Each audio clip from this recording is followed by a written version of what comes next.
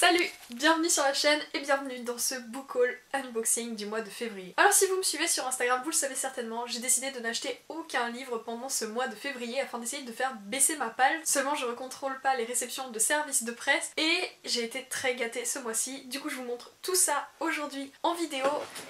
Il y a de quoi faire, beaucoup de paquets. Alors bon, je vais pas vous mentir, je connais le contenu de la plupart d'entre eux déjà parce que j'ai demandé les livres, mais ensuite parce que ça fait un bon bout de temps que je suis pas rentrée chez moi, dans ma vraie chambre, dans ma vraie maison. Et lorsqu'un colis arrive à la maison, je demande souvent à ma maman d'ouvrir afin que je puisse savoir ce qui est arrivé ou non, que je puisse relancer les maisons d'édition s'il y a eu un problème dans l'envoi. Du coup, beaucoup des colis sont déjà ouverts et je connais le contenu, mais j'ai décidé tout de même de faire un unboxing parce que quelques-uns d'entre eux ne sont pas ouverts et j'ai très hâte de partager ça avec vous. Avant de commencer avec les réceptions de services de presse, je vous propose de découvrir deux livres que j'ai achetés sur le Vinted de Kimi Collection. Vous la connaissez certainement sur YouTube ou du moins sur Instagram. Ce sont deux livres que ma maman a achetés sur Vinted et ils sont arrivés seulement au mois de février, mais ils datent du mois de janvier. Donc je vais vous présenter ça tout de suite. Il y en a deux. Tout d'abord Orion, donc le premier tome, qui est une romance de Battista Tarantini publiée chez Hugo Roman, et le second, il s'agit de Fashion Victim de Juno Dawson, publié chez Pocket Jeunesse. Alors ce sont deux achats d'occasion et une très bonne occasion puisque les prix étaient vraiment raisonnables et je remercie Kimi pour cela parce que franchement ça fait trop plaisir de pouvoir avoir de nouveaux livres à petit prix. Orion, c'est un achat clairement influencé par Solène puisque Solène, donc mon petit coin de lecture sur Instagram, a beaucoup aimé ce premier tome. Je ne sais même pas si elle a déjà lu le second ou non parce qu'il me semble que c'est une duologie, je sais plus. Elle a beaucoup aimé et je sais qu'on a à peu près les mêmes goûts littéraires, et en plus de cela, ce qui est important à souligner, c'est que je lis très rarement de romance et de new romance et que celle-ci m'intéresse particulièrement puisque cela se déroule dans le monde du sport, dans l'univers de la danse, et évidemment c'est quelque chose qui m'intrigue beaucoup plus. Enfin, le fait qu'il y ait un cadre vraiment précis, enfin bref, je pense que c'est le cas pour beaucoup de romances, mais vu que j'y connais rien, il faut bien se lancer quelque part. Donc j'aimerais beaucoup le lire prochainement. Il s'intitule du coup Orion ainsi soit les étoiles. Et franchement je trouve même la couverture trop belle, donc ça me tente trop. Et concernant Fashion Victim, eh bien ça parle de mode et du coup ça m'intéresse. J'avoue que c'est pas le livre qui me tentait le plus à sa sortie, mais j'ai vu pas mal de bons avis et c'est un livre qui va me sortir certainement de ma zone de confort puisque j'ai lu très peu de livres qui se déroulent dans l'univers de la mode, et celui-ci m'intrigue particulièrement puisqu'il suit le mouvement MeToo, mais du coup dans l'univers de la mode. Enfin vous avez compris quoi. Je vais vous faire rapidement un petit résumé d'après ce que j'ai lu en 4ème de couverture. Dans ce livre nous allons suivre Jana qui devient top modèle à peu près du jour au lendemain. Elle a 16 ans, elle va rencontrer dans un parc d'attractions un agent de mannequin et après hésitation, eh bien elle va signer un contrat avec celui-ci et bientôt elle va fouler les plus grands podiums. Seulement pour résister à la pression du milieu, eh bien elle prend beaucoup de calmants et de somnifères et cela va la conduire à révéler le cauchemar dans lequel elle évolue où la beauté est en fait tout autre. Est-ce que je vous fais un petit résumé pour Orion? Ça pourrait être bien. Il y a marqué derrière que c'est un drame psychologique. Je sais pas si je suis prête. Le résumé est super long. Dans ce livre, nous allons suivre deux personnages. Il y a tout d'abord Léo Katz qui, après des années de travail intense, décroche enfin un rôle très célèbre, un premier rôle qui sera joué à l'Opéra de Sydney. Seulement quelques jours avant la représentation, eh bien, elle va faire la rencontre d'un illustre chorégraphe français qui s'appelle Orion, qui est le second personnage de ce livre, et celui-ci est obsédé par Léo et il décide qu'il la veut dans sa prochaine chorégraphie. Seulement ses méthodes sont peu académiques et cela trouble énormément Léo qui a peur pour sa carrière mais qui a vraiment envie de suivre Orion. Il s'engage alors pour 2 étoiles, un parcours assez intéressant. Elles vont danser avec leurs ombres et devront se battre pour trouver l'amour. Alors j'espère que le livre sera aussi prometteur que le résumé parce que vraiment je trouve qu'il vend du rêve. Je crois que c'est un des livres que j'ai le plus envie de lire de ma pile à lire en ce moment. Je suis vraiment très contente de l'avoir et j'ai vraiment très hâte de le découvrir. On poursuit avec une réception des éditions Akata. Alors là pour le coup ce n'est pas encore ouvert. Je suis pas très douée pour les ouvertures. Et il s'agit de Pour l'amour du pot de Loan Lee, publié chez Young Novel, donc chez Akata dans leur collection de romans. En fait je dis je lis pas de romance mais c'est une autre romance et je crois qu'il y en a une autre encore qui se cache dans les paquets que j'ai reçus. Mais ouais, là on est sur le top du top des livres que je veux lire en ce moment et que j'avais envie de découvrir, donc je suis très contente qu'Akata me l'ait envoyé. Je pense que vous l'avez vu passer pas mal de fois sur les réseaux sociaux, c'est un livre qui fait beaucoup parler de lui, notamment pour sa représentation. Et d'après ce qu'on m'en a dit, vraiment, enfin, ça a l'air trop bien, donc j'ai trop hâte de le découvrir. Ce roman, il parle d'immigration, de secrets de famille et de romance, et d'après ce que dit la 4ème de couverture, c'est un livre qui propose une véritable lettre d'amour à la diaspora vietnamienne, et je trouve que c'est vraiment intéressant parce que c'est un sujet que je ne connais pas du tout, je ne suis pas concernée et je n'ai jamais lu de livre sur la thématique. Et ici, tout est amené à travers l'histoire de deux personnages qui ont le même âge, mais que tout oppose, du moins c'est ce qu'ils croyaient, puisque leurs familles sont un petit peu comme dans Roméo et Juliette, elles sont ennemies. Il y a une compétition acharnée qui oppose la famille des May et des Nguyen. Oh, je sais pas comment ça se prononce. Faudra que je me renseigne.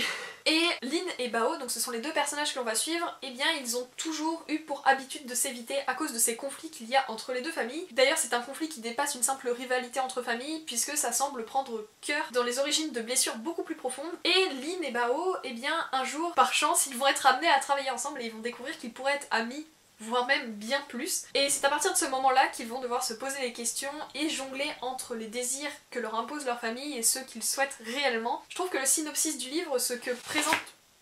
Je me fais écraser par mes colis. Je trouve que le synopsis du livre semble assez simple. C'est une histoire qui semble déjà vue, mais le contexte dans lequel il est écrit m'intéresse beaucoup, donc j'ai très hâte de me pencher dessus. J'aime beaucoup le format du livre, j'ai l'impression qu'il est un peu plus carré que d'habitude. Ouais, carrément même.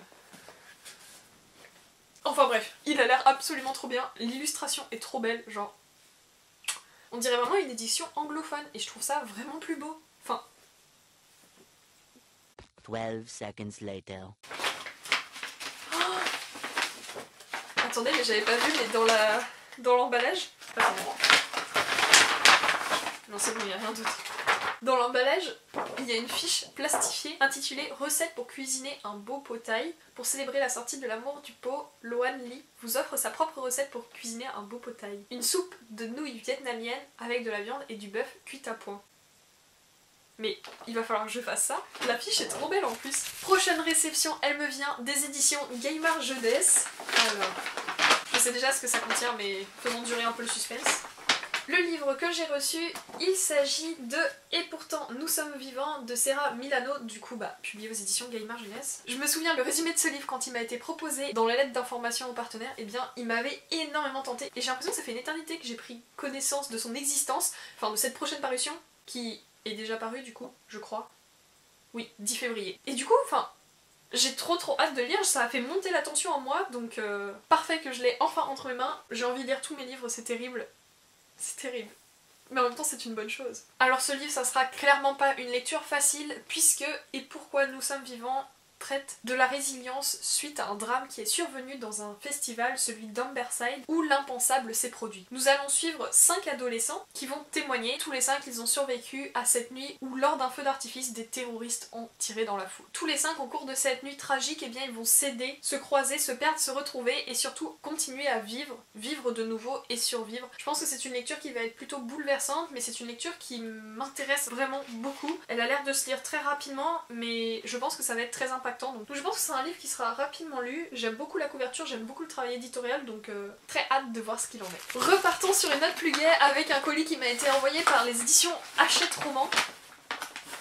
Et c'est un livre dont on entend pas mal parler aussi en ce moment, puisque c'est un livre qui vient d'être adapté sur Netflix et qui du coup vient de paraître en France. Il s'agit de À travers ma fenêtre de Ariana Godoy, donc c'est publié chez Hachette Roman et c'est une histoire qui provient de Wattpad. Alors je ne lis plus d'histoires sur Wattpad, mais je me souviens que fut un temps je lisais plein de livres sur Wattpad et je suis toujours heureuse de découvrir certains en rayon en librairie, de voir que certains sont édités. Et cette fois-ci, on a encore affaire à une romance. Décidément, je dis que je lis jamais de romance, on est déjà à 3 livres dans ce book haul unboxing. Je me fais mentir moi-même, en fait j'adore les romances et j'en lis plein, mais je m'en rends juste pas compte puisqu'ils sont pas rangés dans le rayon romance ou new romance. Bref. Bon, je vais pas vous mentir, le résumé est un petit peu cliché, mais j'ai envie de lire du cliché et surtout j'adore lire des livres avant de regarder la série ou le film. Et quand j'ai appris que le film sur Netflix allait paraître quasiment en même temps que la version française de ce roman, et ben je me suis dit c'est l'occasion ou jamais de découvrir une romance, même si c'est un petit peu cliché. Dans ce livre nous allons suivre Raquel qui est depuis toujours folle amoureuse de son voisin qui s'appelle Arès. Il est séduisant et mystérieux et elle l'observe en cachette depuis sa fenêtre et elle se désole qu'il n'ait jamais pu échanger aucun mot. C'est assez troublant, mais elle est amoureuse de lui malgré ça. Mais ce qu'elle ne sait pas, Raquel, c'est que cette situation va être amenée à changer puisqu'elle va se mettre à croiser Arès dans des endroits de plus en plus improbables et celui-ci va peu à peu découvrir que Raquel n'est pas aussi innocente qu'elle y paraît. C'est là que c'est un peu cliché, mais bon, ça me tente bien quoi. Du coup, Raquel elle perd pas le nord, l'objectif est désormais clair, il faut qu'Arès tombe amoureux d'elle, mais évidemment, elle n'est pas prête pour autant à renoncer à qui elle est, et heureusement j'ai envie de dire parce que sinon la moralité aurait été un petit peu perturbante. Il est assez long donc je m'attendais pas à ce qu'il soit aussi long, il fait 500 pages avec une petite police. Mais bon, hâte de découvrir, ça va me changer de mes lectures habituelles, ça sera peut-être un petit peu plus léger. Après, j'attends de voir parce qu'il est possible qu'à la lecture, il y ait énormément de contenu qui remettent les choses en question. Enfin bref, je sais pas, je verrai, je vous en dirai plus à ce moment-là, mais une lecture qui me tente plutôt pas mal. On poursuit avec une autre réception de Hachette, mais cette fois-ci c'est pas Hachette Romans, c'est Hachette Heroes. Et je n'ai jamais lu de livre de chez Hachette Heroes. Le livre est coincé. Ah. Il s'agit de Avant minuit, je sais pas si c'est la collection mais c'est en partenariat avec Disney. Pas besoin de citrouille enchantée pour faire de sa vie un conte de fées. Donc d'après ce que j'ai compris c'est une réécriture de Cendrillon et pareil elle est vraiment épaisse. Ah, il y a un petit communiqué de presse, attendez. Alors ce livre il appartient à la collection Modern Princess et ce sont des livres, enfin les livres de cette collection, ce sont des livres qui remettent au goût du jour les aventures des héroïnes Disney, donc c'est-à-dire qui modernisent, qui rendent les histoires plus contemporaines, bref, vous avez compris l'idée. Et ici, il s'agit de Cendrillon. L'autrice de ce livre, donc on voit pas son nom ici, mais c'est Julie Murphy. Je vais enlever le petit bandeau. Julie Murphy, elle est l'autrice de Dumplin. Je pense que vous connaissez ce livre, ou du moins vous connaissez certainement la couverture. Et ici, dans son nouveau roman, eh bien nous allons suivre Cindy, qui adore les chaussures. Elle est passionnée de mode, seulement c'est compliqué pour elle de trouver des vêtements qui lui correspondent, qui lui plaisent en grande taille. Mais en revanche, pour les chaussures, il n'y a aucun problème. Elle trouve toujours chaussures à son pied, et cela lui permet de s'exprimer à travers un nœud bien placé, un talon travaillé. Elle se sent tout de suite elle-même. Lorsqu'elle empoche son diplôme de design, eh bien la jeune femme retourne vivre chez sa belle-mère qui est la productrice exécutive d'une célèbre émission de télé-réalité qui s'intitule Avant minuit. Et lorsqu'une des candidates se désiste, eh bien Cindy est propulsée sous le feu des projecteurs et elle se dit c'est une bonne chose pour faire démarrer sa carrière que de montrer sa collection de chaussures et dans un même temps de rencontrer un ou deux beaux célibataires. Alors Cindy elle va devoir tout faire pour rester elle-même, pour rester debout et surtout ne pas se retrouver le cœur en lambeaux. Et en plus de ça, puisqu'elle est la première candidate grande taille de l'émission, eh bien elle va rapidement devenir une icône de body positive et elle va devoir ménager avec. C'est un livre qui me tente énormément, je lis très peu de réécriture, mais là, celle-ci, elle a l'air absolument incroyable. Je trouve les thématiques juste géniales et j'ai vraiment hâte de rencontrer Cindy, ça a l'air d'être un personnage super attachant et très pétillant. Et l'univers dans lequel elle va évoluer, je pense qu'il sera propice à beaucoup de questionnements intéressants, donc hâte de découvrir. Pareil, c'est un très gros roman. Il fait, ah non, 420 pages à peu près. Ça va. 420 pages, ouais. Et je trouve la couverture super jolie. J'aime trop, ça fait vraiment couverture anglo-saxonne. J'aime les couvertures anglo-saxonnes, ne me demandez pas pourquoi, je pense que vous aussi. Et si c'est pas le cas, tant pis.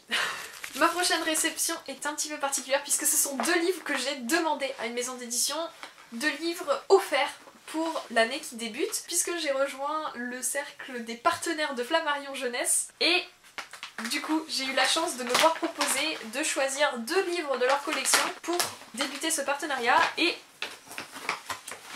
j'ai choisi deux livres qui me tentent depuis très longtemps et vraiment je suis refaite, c'est tellement gentil de leur part d'envoyer deux livres pour commencer le partenariat. Et les livres que j'ai demandés et reçus, il s'agit de Un été avec Albert de Marie Pavlenko. J'adore Marie Pavlenko donc je ne pouvais pas louper celui-ci qui était un des seuls, il me semble, que je n'ai pas lu, du moins chez Flammarion. Ainsi que L'ombre du golem, ainsi que L'ombre du golem de Eliette Abécassis et Benjamin Lacombe. Vous connaissez certainement ma passion pour Benjamin Lacombe et beaucoup de personnes sur Bookstagram, Booktube sont passionnées par Benjamin Lacombe. Du coup je ne pouvais pas manquer celui-ci. Lorsque j'ai vu que d'autres partenaires le demandaient, je me suis dit c'est l'occasion jamais, il a l'air incroyable. C'est un roman illustré, les illustrations sont autant en couleur, en double page que en page simple ou en noir et blanc. Ça a l'air d'être vraiment sympa, je veux pas trop me spoiler, mais je ne connais vraiment pas l'histoire, je n'ai même pas lu le résumé, mais simplement c'est un très bel objet livre et...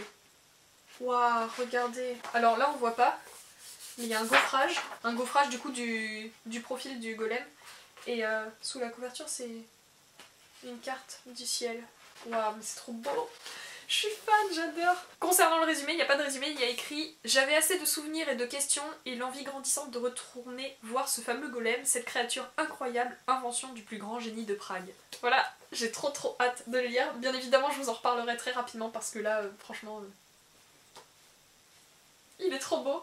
Concernant Un été avec Albert, dans ce livre, eh bien nous allons faire la rencontre de Soledad, pour qui l'été était tout tracé. Juste après son obtention du bac, il s'apprêtait à vivre 1001 aventures avec ses potes, seulement, eh bien, c'était sans compter le divorce de ses parents ainsi que le début de dépression de son père. Du coup, ses vacances idylliques tombent à l'eau. Soledad prend le chemin des Pyrénées chez sa grand-mère, et bien qu'il s'attendait à ce que ses vacances soient vouées à un ennui total, eh bien un événement inattendu vient totalement les bouleverser. Entre journée en plein soleil et nuit terrifiante, Soledad va vivre un été hors du commun.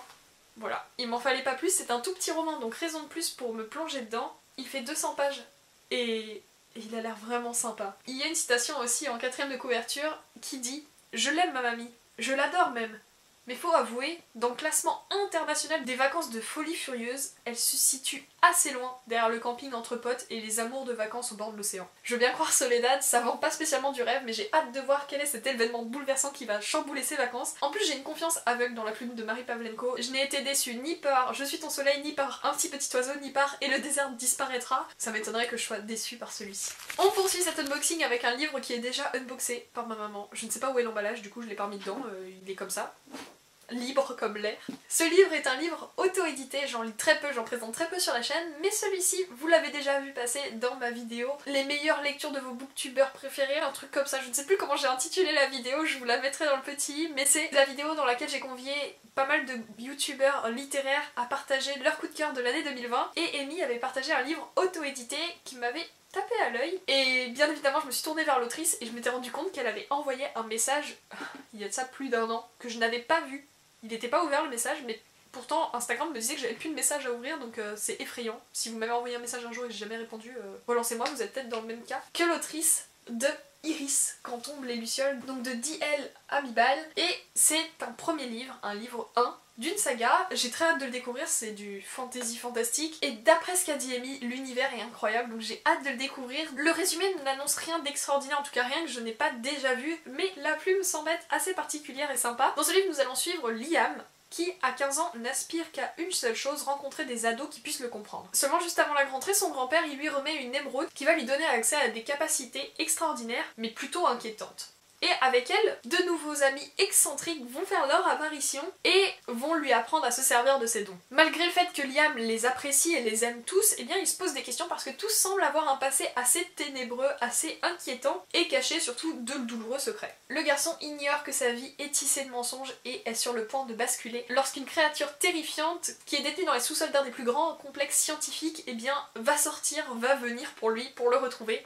Bref, ça a l'air plutôt palpitant, plutôt prenant, et ça me rappelle vraiment les lectures que j'avais lorsque j'avais genre 14 ans, 13-14 ans, donc je pense que ça va me faire passer un très bon moment. J'adorais ce genre d'univers avant, ça, je pense que j'aime encore maintenant, mais il est vrai que j'en lis plus du tout. Donc je ne sais pas trop à quoi m'attendre niveau de mon ressenti, je parle pas de l'histoire, enfin je sais pas à quoi m'attendre niveau de l'histoire, mais vu le coup de cœur qu'a eu Amy, ça ne peut que être bien.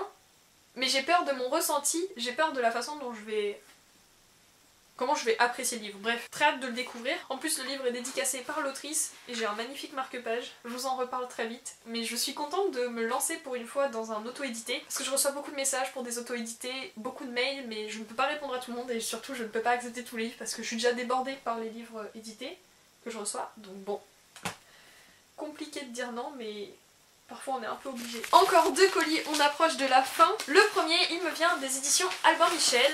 Et il s'agit du livre Des femmes inspirantes de Aurélie Godefroy avec Christophe Fauré. Donc c'est un livre qui recueille 12 témoignages exceptionnels qui donnent foi en la vie, et ce sont 12 témoignages de femmes. J'ai très hâte de le lire, je pense que je vais le lire de façon morcelée, mais récemment je me suis pris une passion pour la lecture d'essais, la lecture de témoignages, et j'ai vraiment envie de poursuivre et de cultiver cette envie de découvrir de la non-fiction, et je me suis dit que c'était l'occasion lorsque Albin Michel m'a proposé de recevoir ce livre aussi. Donc j'ai hâte de le découvrir, surtout qu'il a l'air de se lire méga rapidement. Il fait 200 pages et c'est écrit très gros, avec de très grands caractères. Je vais vous lire le résumé pour que vous fassiez une idée en même temps que moi parce que je me souviens plus du tout. J'ai l'impression que ça fait une éternité que j'ai vu passer ce livre et je m'attendais même pas à le recevoir tellement ça faisait longtemps. Bref. Célèbre ou méconnu, il y a des femmes qui nous inspirent, quelles que soient les générations, les traditions ou les domaines d'action. Des femmes exceptionnelles qui révèlent une autre manière d'être au monde, de penser la nature, l'engagement, la spiritualité, les dominations, la violence. Pour faire le récit de leur parcours exemplaire, la journaliste Aurélie Godefroy a rencontré 12 d'entre elles, 12 femmes, qui ont suscité chez elles admiration et gratitude. Le psychiatre Christophe Fauré apporte à chaque fois un éclairage psychologique qui permet de s'inspirer de leur enseignement de vie pour trouver son propre chemin. Je trouve ça intéressant que ça ne soit pas un énième recueil dans lequel on parle de femmes inspirantes qui sont déjà connues de tous, même si c'est toujours passionnant à lire, toujours intéressant. Je trouve ça très pertinent que l'on croise le regard d'une journaliste qui va auprès des femmes qui l'ont inspirée elle pour en tirer quelque chose. Je trouve ça intéressant parce que je pense que cela va prouver le fait qu'il y a des gens inspirants autour de nous et que l'on peut se nourrir de leurs expériences, et j'ai vraiment hâte de découvrir cela à travers la lecture. J'espère que ça me plaira autant que semble l'annoncer ce livre. Enfin bref, j'ai trop hâte. Mais je sais pas quand est-ce que je vais le lire, et je ne sais pas si je vais le lire d'une traite ou chapitre par chapitre, enfin témoignage par témoignage. Je vous tiens au courant de toute façon sur Instagram et puis plus tard sur YouTube lorsque j'aurai lu ce livre. Et le dernier livre qui rejoint ma palle, eh bien je ne l'ai jamais demandé. C'est un livre que je ne m'attendais pas à recevoir, j'en avais jamais entendu parler avant. Il s'agit de Monsieur le Commandant, publié chez Phileas. C'est d'après Romain Slocombe et c'est de Betaucourt-Aubery et c'est une BD, un roman graphique. À vrai dire, j'aime pas tellement la couverture, mais les graphismes à l'intérieur, je les trouve vraiment intéressants et j'aime beaucoup les couleurs. J'ai hâte de le découvrir parce que ça se passe pendant la Seconde Guerre mondiale et c'est une période que j'aime beaucoup et j'adore les graphiques. J'aime trop, il y a un vernis sélectif sur lequel il y a des choses écrites. J'adore. En vrai, le travail éditorial est sympa. C'est une couverture avec un carton, je sais pas comment ça s'appelle, il faut vraiment que je revoie les termes techniques. Ça a l'air plutôt sympa, j'en ai jamais entendu parler, je ne l'ai pas demandé, mais c'est une lecture qui me tente plutôt pas mal, donc pareil, je vous en dirai quand je l'aurai découvert. C'est une adaptation saisissante du roman épistolaire glaçant de Romain Slocombe. Voilà le graphique qui conclut ce book haul. Beaucoup de livres rejoignent donc ma palle malgré mon no-buy du mois, donc en fait ma pile à lire n'aura pas bougé, mais je n'aurai acheté aucun livre de ma poche, ce qui veut dire que même si ma pile à lire n'aura pas diminué, mon porte-monnaie lui n'aura pas bougé, donc c'est absolument parfait. Je suis assez fière de moi. Mais bon, je pense qu'on pourra en reparler quand j'aurai lu tout ça parce que là il y a vraiment beaucoup de choses. Mais j'ai très hâte. Si vous en avez lu certains, n'hésitez pas à m'en faire part en commentaire. Pareil, si certains vous tentent, n'hésitez pas à m'en parler. On se revoit très bientôt sur YouTube pour une nouvelle vidéo. En attendant, je vous invite à me rejoindre sur Instagram, là où je suis la plus active, pour découvrir mes avis lecture à l'écrit. Et sur ce, merci d'être resté jusqu'à la fin de la vidéo. Et à très bientôt. Salut!